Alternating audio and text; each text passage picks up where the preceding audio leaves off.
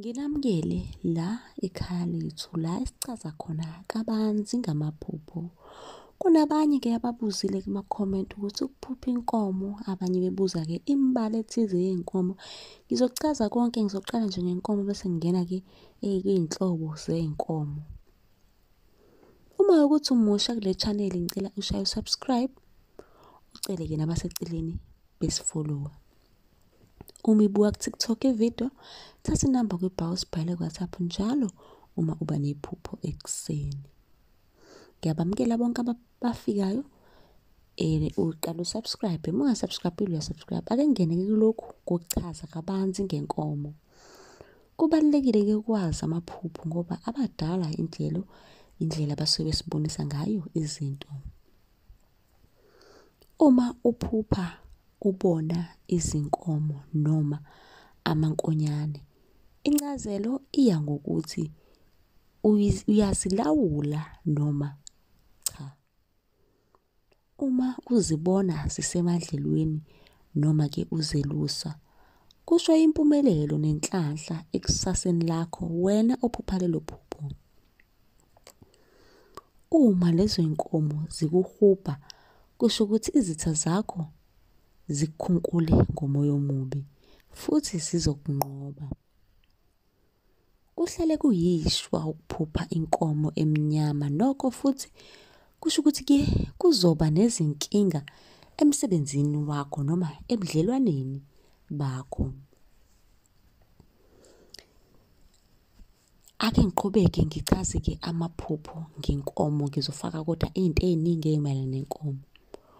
Ukuphupha izinkomo ezibomvu kusho ithonga lasekhaya komama. Ukuphupha izinkomo ezinsundu noma ezimpofu kusho ithongo lasekhaya konina. Ukuphupha izinkomo ezimnyama kusho idlozi elibi noma-ke eliphenduliwe. Ukuphupha izinkomo ezikhuluphele kusho ukuthi zobuyisiseka futhi kuzoba nempumelelo. Ukuphupha izinkomo zicacile kusho inhlupheko ezonihlasela ekhaya. Ukuphupha inkomo encelisayo, lokho kusho ukuthuthuka kwebhizinisi okanye impumelelo. Ukuphupha izinkomo zingena ediphini, kumele kwenziwe inhlambuluko yezidalwa, kukhona abashona bangalandwa. Ukuphupha ujahwa izinkomo zikukhipha ekhaya, kusho ukuthi uphikwa idlozi. Ukuphupha kulwa izinkomo kusho ukubangwa yithongo lakini nalasekhaya komama. Ukuphupha ugwazwa yenkomo kusho-ke ukugadlwa ngemithi emibi kakhulu.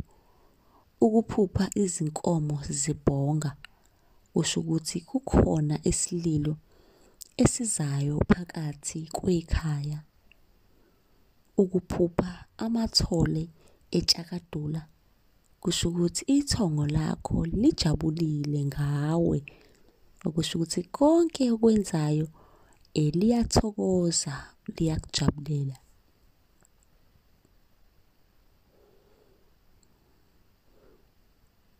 Ukuphupha usenga kusho ukuthi uzophumelela ngokwempilo. Ukuphupha umhlambi wezinkomo kusho ukuceba noma-ke usuke uzobusiseka ngokwempilo. Ukuphupha ubulongo benkomo busesibayeni kusho ukuthi kumele kwenzelwe abadala umsebenzi wokubakhumbula.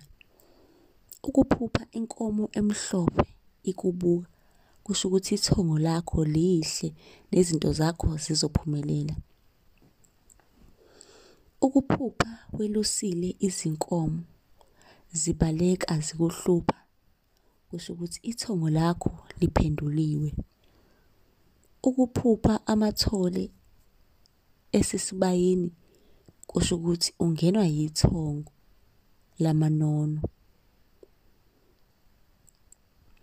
Ukuphupha usinda endlini ngobulongo benkomo kusho ukuthi kumele nigeze abangasekho, kukhona abangageziwe ekhaya.